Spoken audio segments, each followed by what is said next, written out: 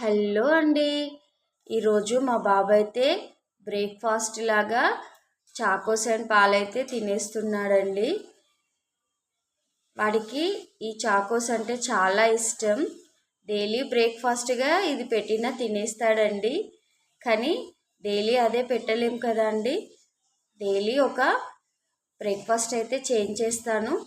ఈరోజు స్కూల్కి టైం అవుతుందండి, లేట్ అయింది, అందుకే తొందరగా అయిపోతుందని చాకోస్ పాలు ఇచ్చేసాను.